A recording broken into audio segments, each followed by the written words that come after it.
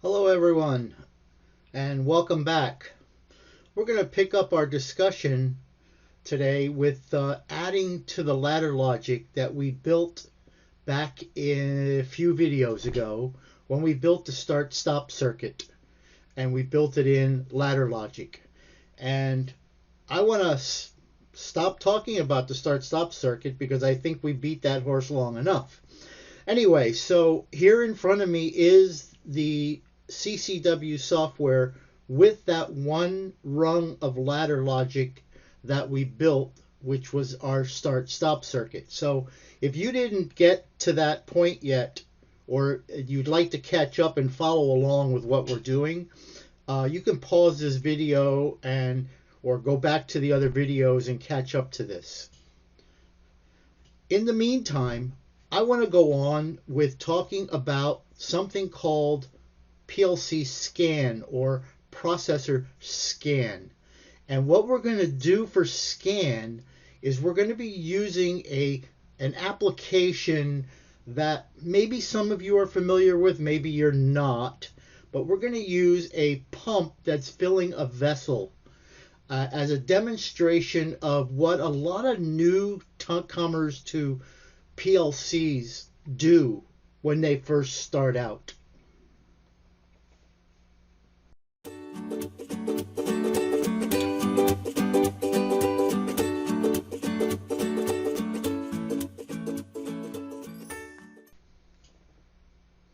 So what you see here on the screen right now is the process we're going to talk about.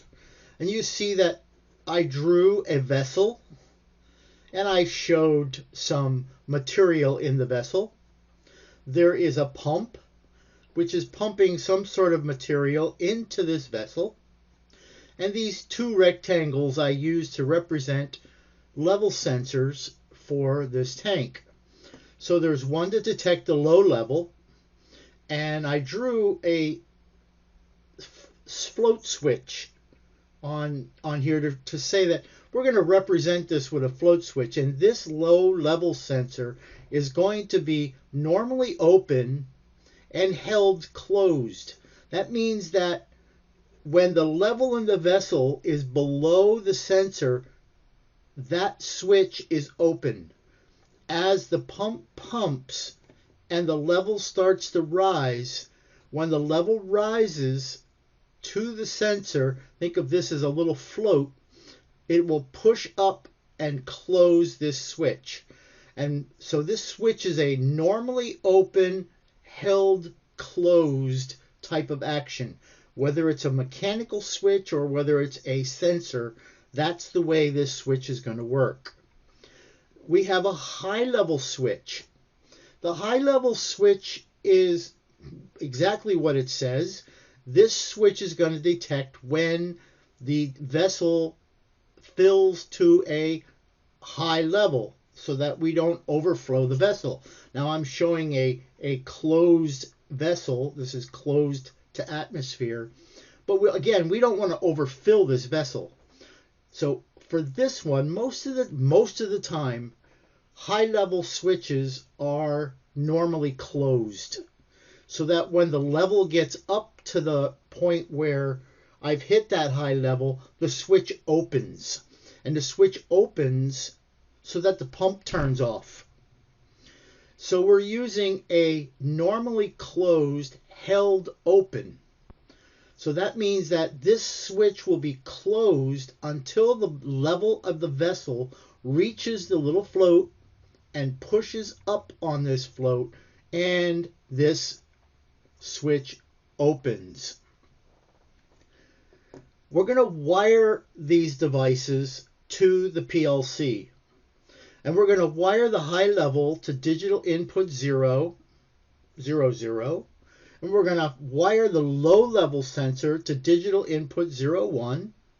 And we're going to wire the motor starter for the pump to digital output 0, 1. So when we look at how a PLC functions, and this is a diagram that's similar to the one that I did in the I/O interaction video, where instead of hardwiring the circuit. All we have to do is take our input devices, which are switches or sensors, things that are supplying input, and wire them to input points on the PLC. So this green block is representing the input connector, or the connector to the input points, or to the input module if you have a modular PLC. And I have them numbered 0 through 10. Now, I did that only because that's how much will fit on this slide. All right. Many inputs are 12 input, 16 input, 32 input. But anyway, you could see that I have the high limit switch wired to digital input 0, the low input wired to digital input 1.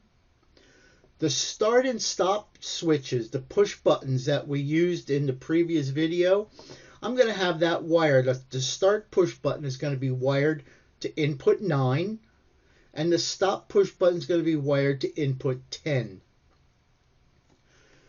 The pump starter, whether it's a motor starter or it's a VFD input, VFD is for variable frequency drive, which is probably what is going to be used instead of a starter. I have that on digital output 01. Also want you to take notice that I have one side of all the input devices wired to plus volts DC. In this case, it's going to be plus 24 volts. That's the industry standard. And I have it wired to plus 24 volts because, at least here in the United States, the standard is to always break or open the hot side. So you always want to switch the hot side. And that's exactly what I'm doing. Over on the output, you'll see I have the output device, and I'm just showing it as a motor, to ground. Because the loads, and the motor is a load, is always on the low side. And the module itself is going to be doing the switching to turn that motor on and off. So instead of hardwiring, we're going to build the circuit, the logic to make the circuit work inside the computer or inside the PLC. And that's what I'm showing here in this rectangle, and that's what we're going to be building. Now, in between the input and the output, there is a binary word.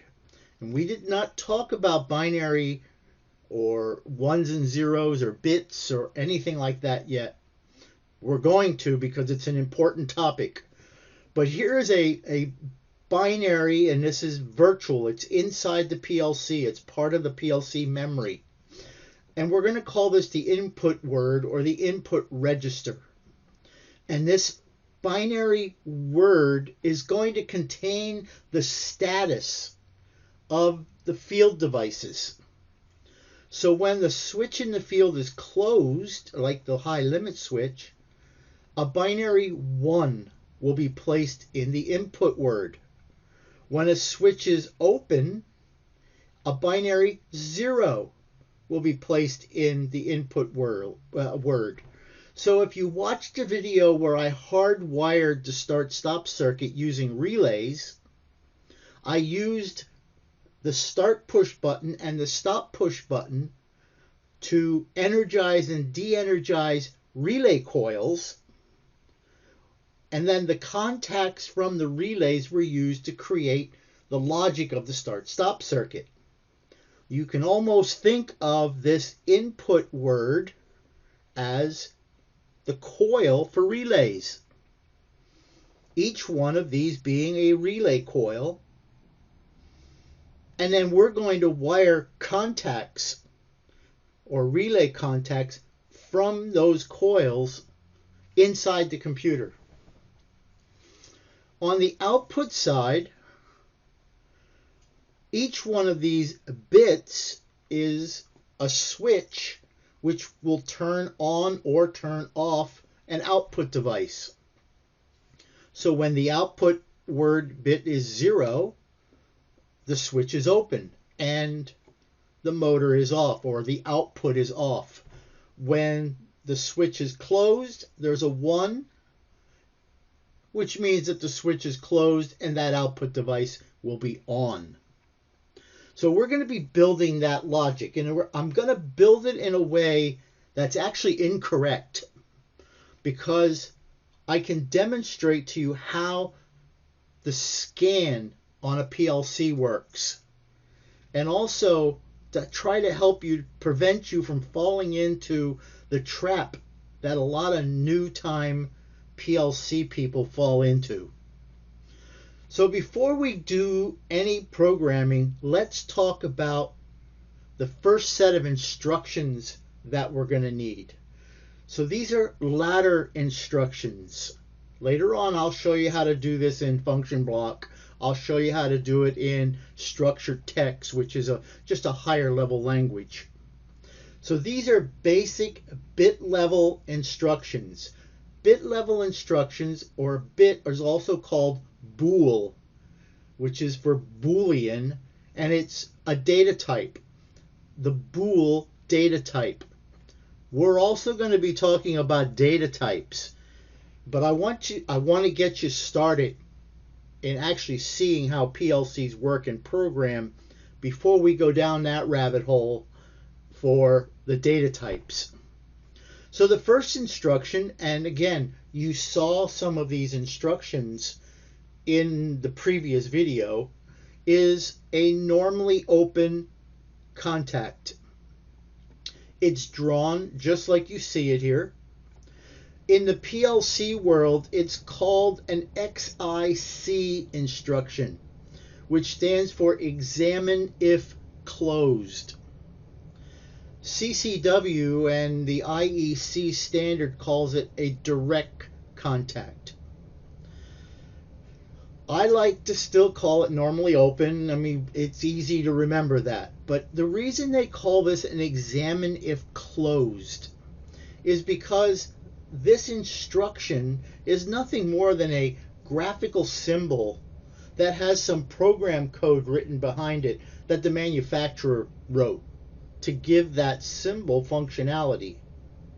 So the PLC already knows that that particular instruction is an open set of contacts. And because we're going to be talking about scan, the PLC is going to be looking at the status of that particular instruction, knowing that it's open. It's going to keep looking at it and saying, are you closed yet? It's examining it if this instruction is closed, or if it changed state from open to close. The next contact is normally closed. You'll see the only difference is that a line is drawn through it. This is a normally closed instruction. It's called an examine if open, or in the IEC standard it's called a reverse contact. Again, the PLC knows that the instruction is closed. It's passing current. So when it's looking at the status of that particular instruction, it's asking the question, are you open yet? So he's examining it to see if it's open. And then we have the output coil, or the output energize, OTE, which is just a standard coil. So some PLCs use a circle, some PLCs use like parentheses. Now, these instructions, the switch contacts, can represent any input. It can be a push button, a limit switch, an electronic sensor. It could be anything. That's how they're going to be represented as this symbol in your ladder code. The output coil can be any kind of output device. It could be a coil, it could be a solenoid, it could be a light bulb, it could be anything that turns on, or an output type device. All right, so at this point in time, I want to go back a little bit and to the ladder logic, and we're going to add some items to that code.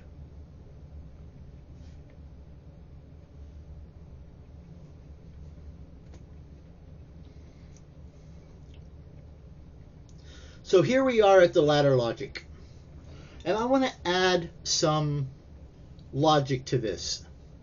But the first thing I'm going to do is I'm going to make a change to this start-stop rung. You see, this output coil, and which is being used to seal in the start push button, is only being used internal to the logic. I don't have to have that assigned to a physical output device. So what I'm going to do is I'm going to just create a variable or a tag that's going to be internal to the PLC.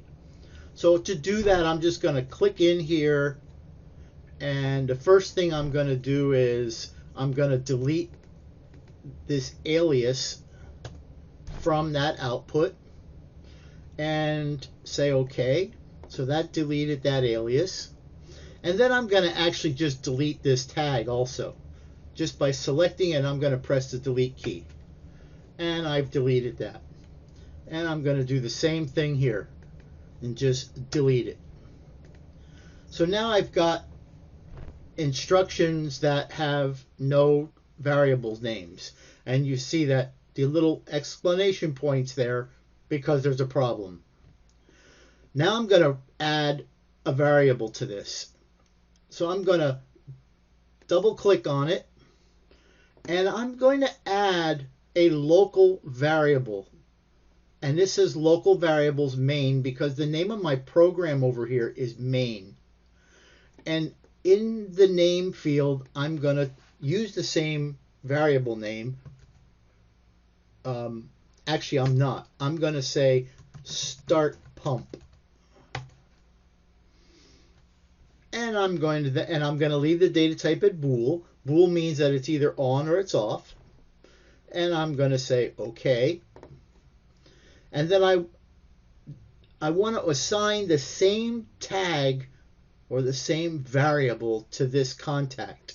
So I'll double click, and there it is. I'm going to click on it and say OK. Now that variable is just a memory location, and I have it programmed as a coil. And as a coil, I can assign as many contacts, as many relay contacts as I want, and I can put them in any condition I want them. So I can have normally open contacts, I can have normally closed contacts. And I can do that as many times as I want and in any status that I want. There's no limit. It's only 1 bit in memory. All right, so let's add the logic that we're going to add. First of all, I'm going to add a rung.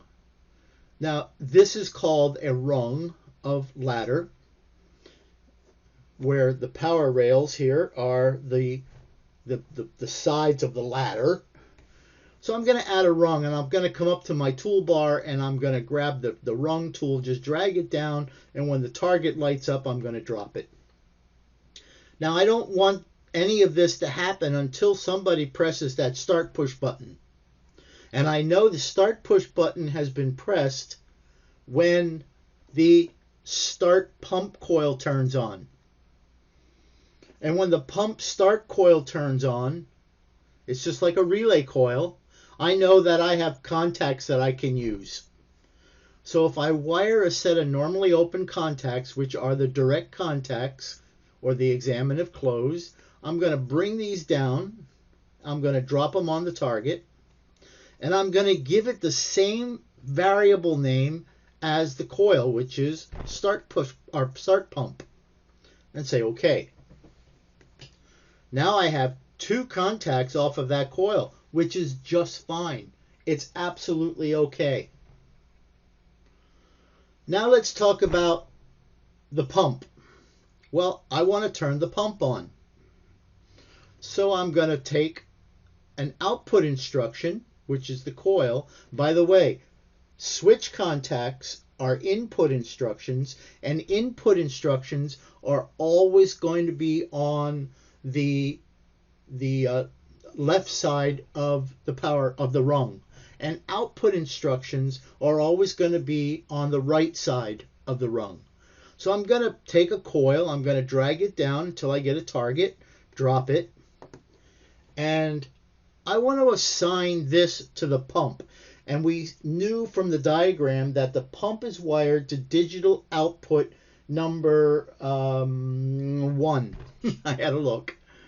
So I'm going to go across the top here, and I'm going to say, okay, here's my I/O, my input outputs, and digital output 1. This is I/O EM DO1, and I'm going to come into the alias tag here, and I'm going to type the word pump and just press enter. Now I'm assigning the alias to that because the alias is just another name for this underscore IO underscore EM underscore DO underscore 01. I can remember pump and know what pump is. I may not remember what this name over here is. So when I click OK, it tells me what physical I/O I'm wired to, but it also tells me that it's the pump.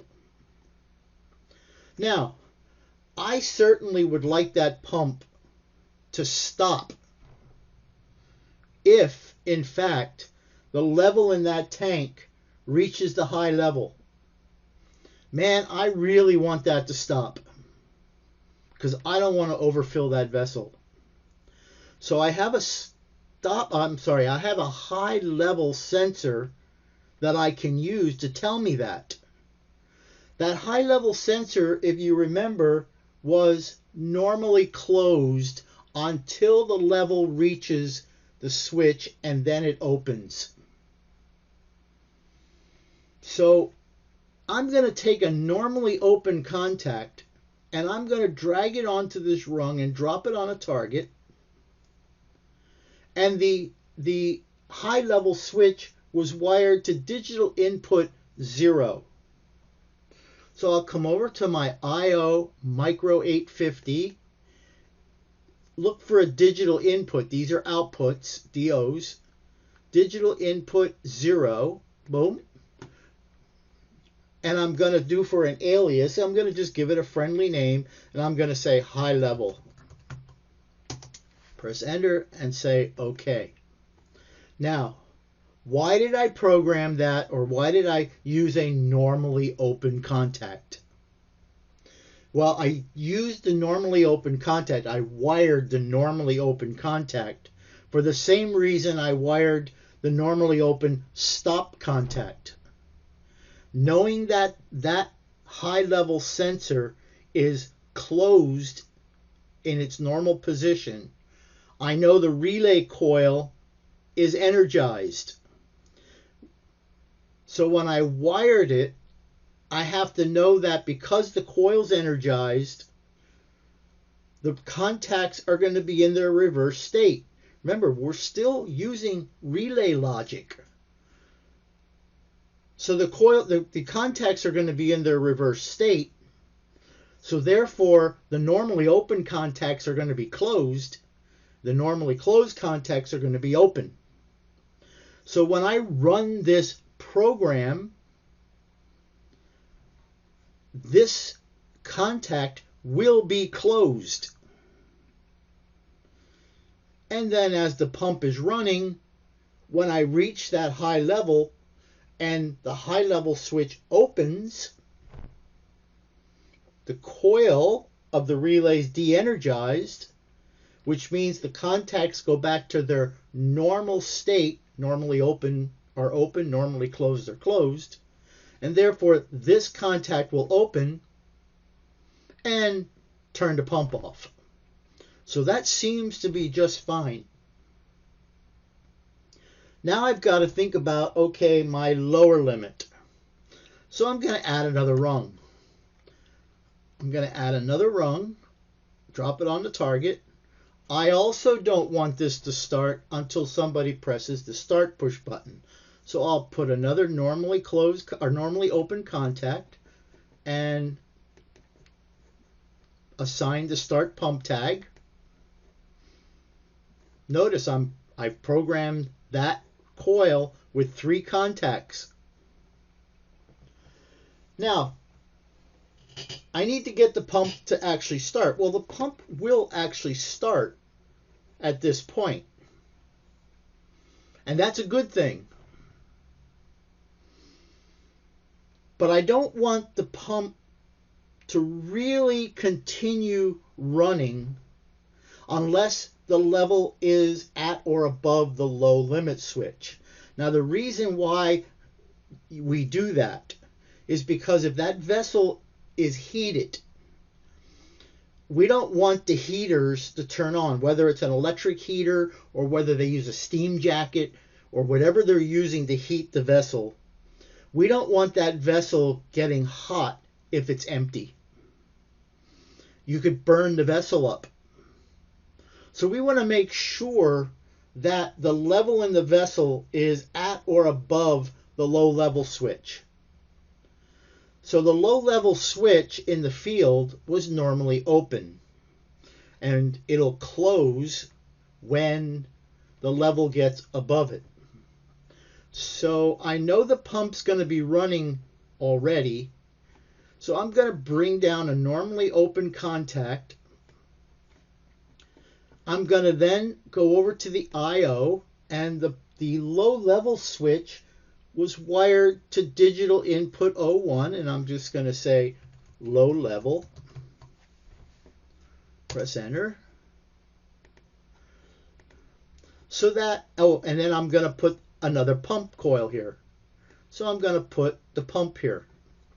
So I'm going to come here, and I'm going to find the pump, and I'm going to come in here and put the pump there. So this looks like it's going to work. I'm going to have the high level, which is going to get my pump started. When the level gets up to the low level, that'll close. The pump will remain will remain running. And when it reaches the high level, that switch will open. The pump should turn off. So it looks good. So I'm going to come up here. I'm going to save this. And now I'm going to start my simulator. So I'm going to run the simulators. I'm going to start that up. And if you did not see the video on how to use the simulator, please go back and watch that video. Let me turn the simulator on. I still keep this warning coming up about the 10 minutes. So I'll just say okay to that. And I want to set the status of my input field devices. Now along the top here, these are my inputs. And I know that input 0, which is the high level, is closed. So I'm going to turn that on just by clicking on it. Because with the switch closed, I know that that input is on. And also the stop push button is closed. So I'm going to, and that's wired to 10, so I'm going to turn that one on.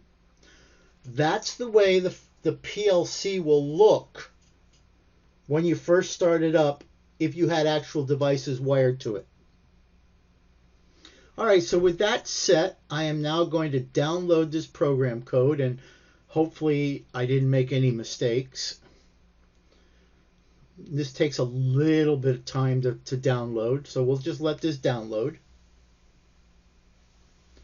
And we'll say, okay, notice I have succeeded. There were no failures, there was nothing that went bad on me. So we'll just do a download.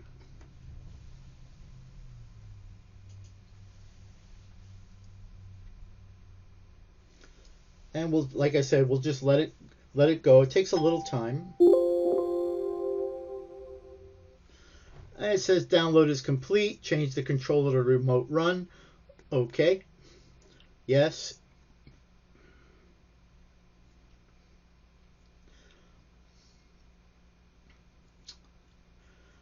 Okay, I'm going to close this bottom window just to get out of the way. So because here's the the simulator. So because 0 and 10 are closed in the field, my stop push button is able to pass power, and so is my high level switch on that's wired to 0. So that means that if I press the start push button,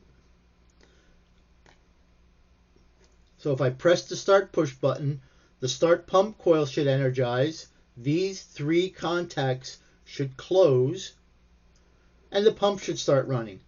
So let me do that. Let me click on 9, and I'm going to click on it again because it's momentary.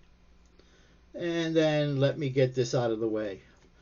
So the start pump did turn on. The high level switch is closed yet. But wait a minute. The pump's not running.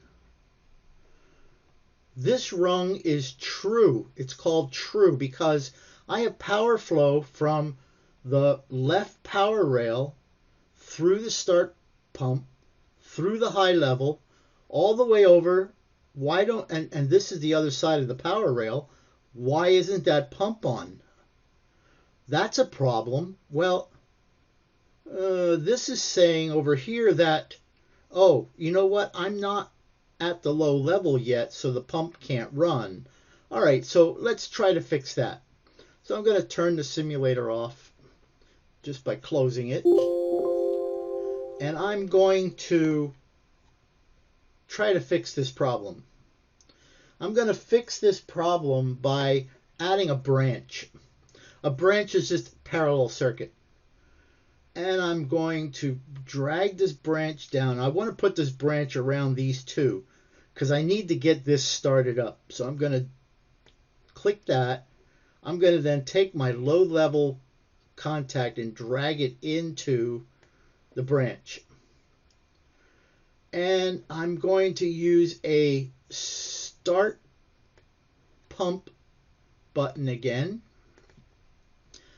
And because I know my low level switch is open in the field, and I know that the pump should be running until it reaches the low level switch, I'm going to program a normally closed contact, and I'm going to program it to the low level switch. Just like this. Notice I have the low level configured with 2 different contacts. In other words, I wired a set of normally open contacts and I wired a set of normally closed contacts from that relay. And I can do that as many times as I want. So now when I press the start push button, I should have power flow through the start pump through this open contact to get the pump to turn on. Then when the level gets up to the point where the low level sensor is now closed, this contact will open, this contact will close, it'll keep the pump running. And when I get to the high level, this will open and turn the pump off. Makes sense. If you didn't follow that, you can go back and redo that, rewind this back to that again, especially if you're not used to ladder logic. So let's do this again. We're going to turn on the simulator. Okay, we're going to set our input switches. So 0 should be on. Oh, I got to turn it on first. Yes. Where 0 should be on, 10 should be on. That's the way we start out. We are then going to download this program. We made a change, so we have to re-download the program. Anytime you make a change, you have to re-download the program. It's like if you're using an Arduino, anytime you make a change to the program code, you have to re-upload or re-download it to the Arduino. Okay, we have no problems going on here. We'll download it.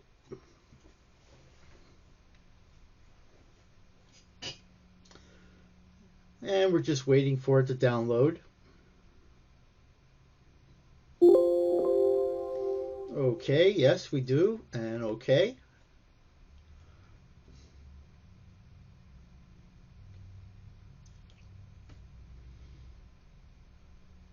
All right, and so you'll see that my stop switch is closed. My high level switch is closed. I've got low level here, which is ready to go. I'll bring up the simulator. Let me bring this down so we can watch the logic. I'll click the start. I'll bring it up for now. I'll click the start. So we get things started and the pump is running. That's exactly what I wanted. So the level's coming up, it's coming up, it's coming up. And now I'm going to get up to the low level. So when I reach the low level, that low level switch will close, which means this input will turn on. So when I turn that on, you see these switched. It's on, so the normally open contacts closed, the normally closed contacts opened. So the pump should still be running, and it still is. So the vessel is filling, and the vessel is filling, and the vessel is filling, and I'm now getting to the high level. So when I get up to the high level switch will open. The high level switch opened, but oh my gosh, the pump is still running. I have no power flow up here because the high level switch is on, but the pump is still running. All right, what we did here was very poor programming, and I wanted to do this to demonstrate something to you.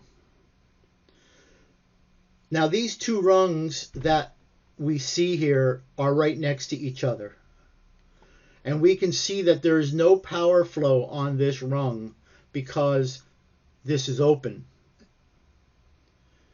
But yet the output is on. If this was a larger program and these two rungs were separated by, 15, 20, 100 rungs, where you can't see them both on the screen at the same time, you might think, oh, what's going on here? Why is this happening? Well, the reason it's happening is that even though I can program coils or contacts from coils as many times as I want and in any status that I want, a coil should only be used once. So if I have an output coil, I should only ever use that coil one time as a coil. And it's because of how scan works. So I've been talking about scan. I mentioned scan. Let's take a look at scan. So here's how program scan works, or how just scan works. There's actually 4 steps to how scan works. The very first step to scan is that the PLC will look at the code, whether it's ladder logic or function block or whatever code it's written in. It's going to look at it and it's going to read the status of all the input devices. So it's going to come along and it's going to read the status of these field devices on the inputs.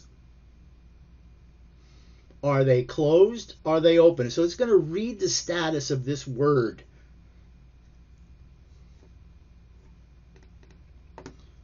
Once it gets the status of all the input devices, it then solves the control program. So it solves the ladder logic that we just built inside the program, and it turns any internal coils on or off.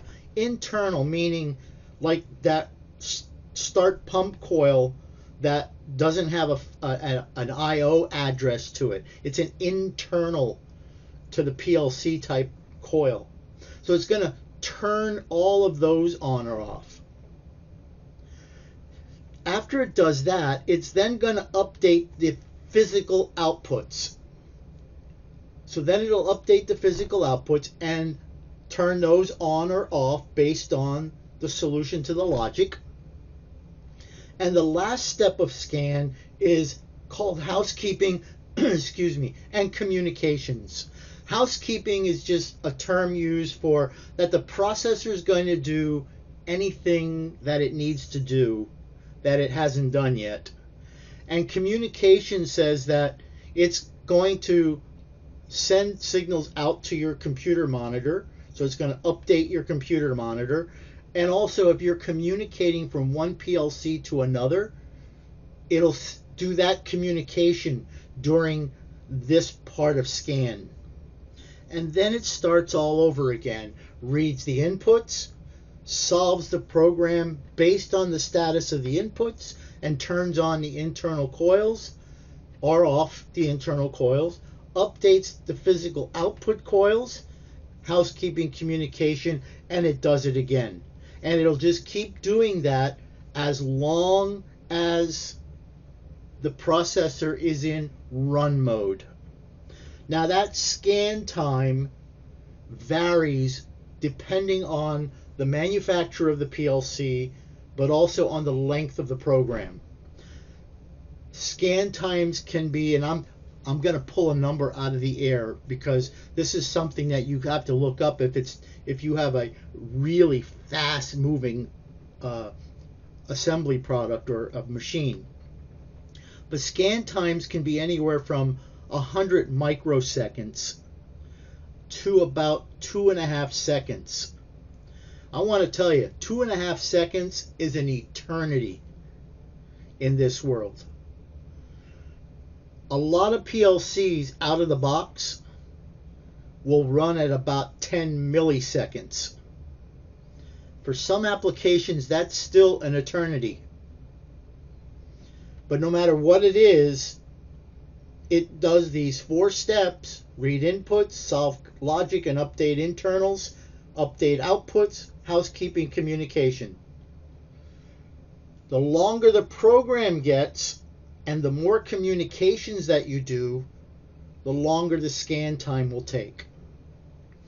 Also, some instructions take longer to execute than others. And we're going to talk about all of that stuff in future videos.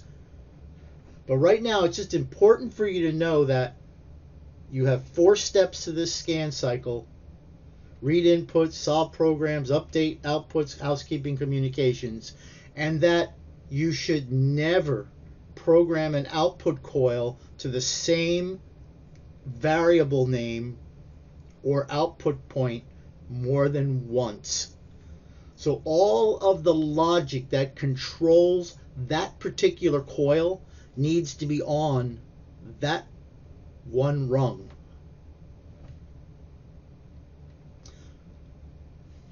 So all of the logic that has to be done should be on this one rung. So I hope that showed you how scan, because let's take a look at this. And I'm glad I just thought of this. Anyway, scan is, and I'm pointing to the screen even though you can't see that.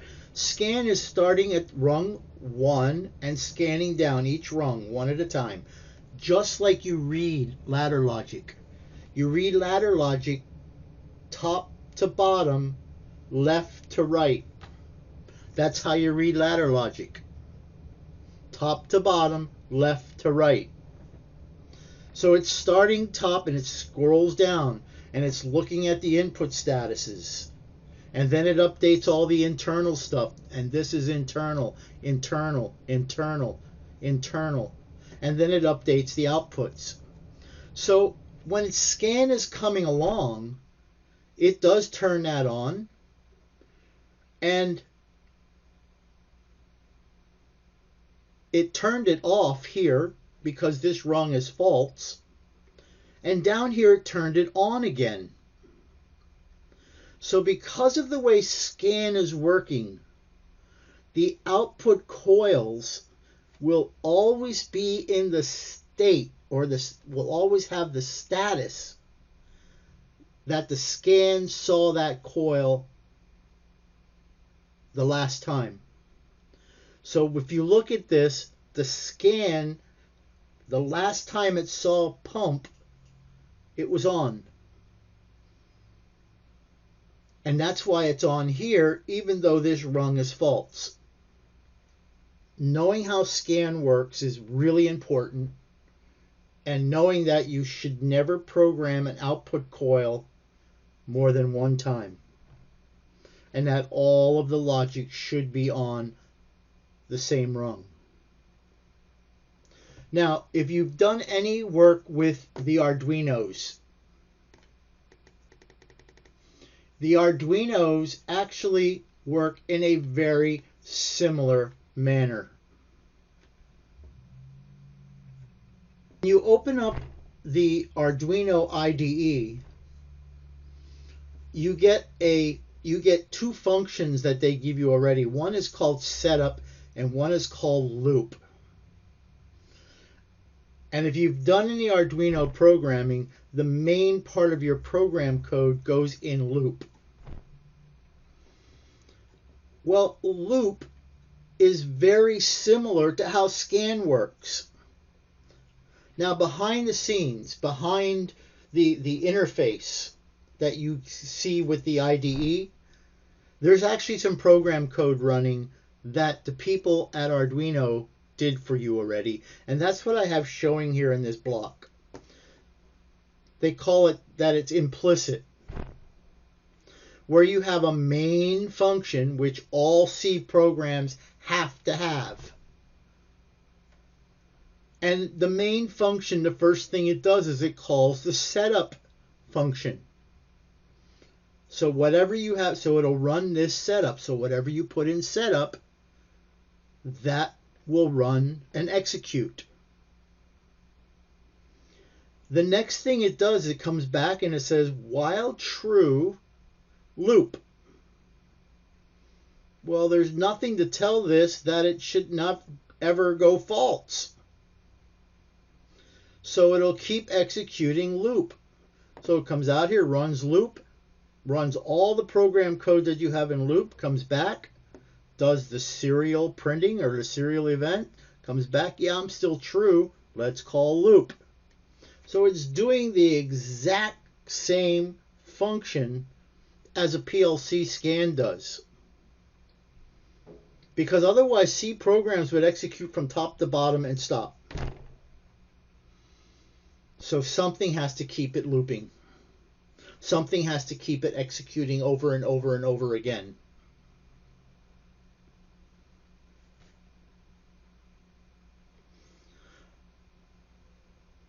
All right, so I hope that helped a little bit. I hope that added to your knowledge a little bit. In the next video, what we're going to do is I'm going to fix that problem so that it actually runs correctly. And then we're going to move on to some other instructions and some other topics within that PLC. Okay, thanks a lot, and I'll see you next time.